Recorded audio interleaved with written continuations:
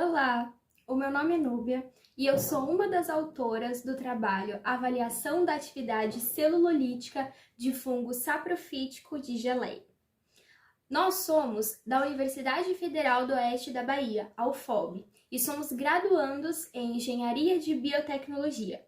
Nesse trabalho, nós fomos orientados pelo professor e doutor Thaídes Tavares. O nosso objetivo nesse trabalho era avaliar a capacidade celulolítica de um fungo que foi isolado de uma geleia. Essa geleia ela foi aberta e colocada na geladeira sem usar durante algum tempo. E lá cresceram alguns micro-organismos.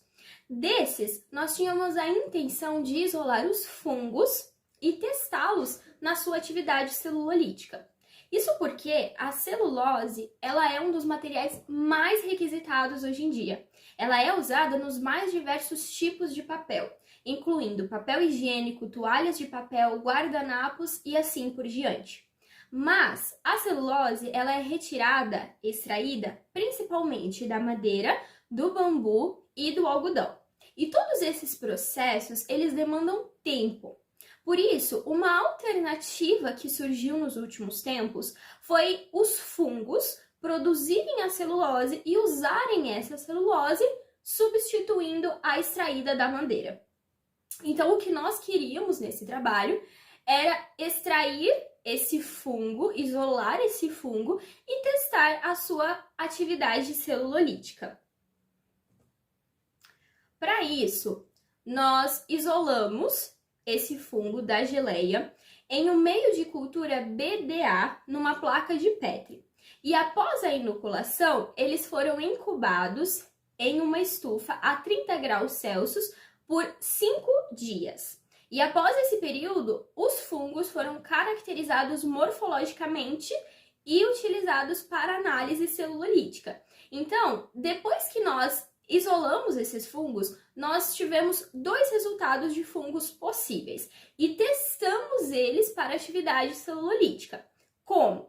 Bom, nós colocamos em um meio de cultura CMC e incubamos de 3 a 5 dias para deixá-los crescer. Depois disso, as placas foram lavadas com 15 ml de solução aquosa de vermelho Congo por 30 minutos. Retirou-se o excesso e depois as placas foram lavadas com 10 ml de uma solução de NaCl por 15 minutos. O que nós descobrimos foi que os 2 fungos isolados, um era celulolítico e o outro não. Na figura 1, nós vemos o fungo testado para celulase com resultado positivo. O fungo que deu um resultado negativo foi descartado, porque não era o objetivo. E esse fungo, que deu um resultado positivo para a celulase, foi o que nós usamos para testar ele em diferentes meios de pH. Então, a nossa intenção era testar essa atividade sob estresse. Nós usamos 2 diferentes meios de pHs. O primeiro foi o neutro e o outro foi o pH alcalino. Nós vemos na figura 2 o fungo testado em meio neutro e na figura 3 o fungo testado em meio alcalino. E nós percebemos que o fungo que foi colocado sob estresse na placa de pH alcalino, acabou que a atividade celulolítica dele diminuiu em relação à que estava no meio neutro. Então, o halo de celulose é o que nós consideramos. Esse halo ao redor do fungo, depois que a solução foi lavada com vermelho Congo e NaCl. Então, esse halo que se forma de celulase é o que nós contamos na hora de percentuar a atividade celulolítica. E o do meio neutro, ele teve 10,6 milímetros desse halo de celulose, enquanto o que estava no pH alcalino teve 6,6.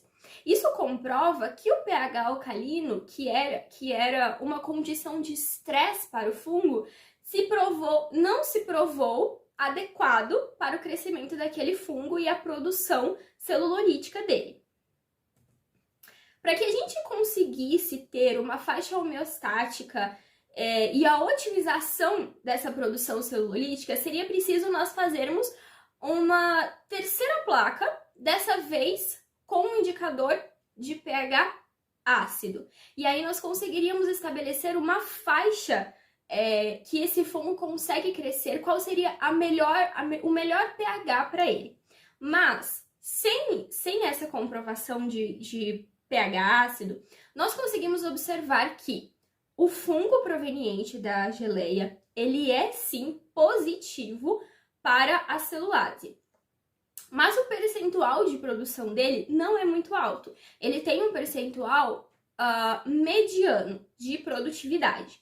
E ele se apresentou estritamente sensível ao meio. Então, quando a gente transferiu para o pH alcalino, mostrou que essa sensibilização, ela interferiu na atividade celulolítica dele.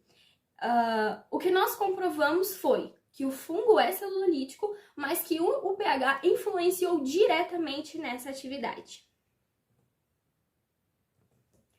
Nós agradecemos pela oportunidade de apresentar o nosso trabalho. Espero que tenham gostado e obrigado pela atenção.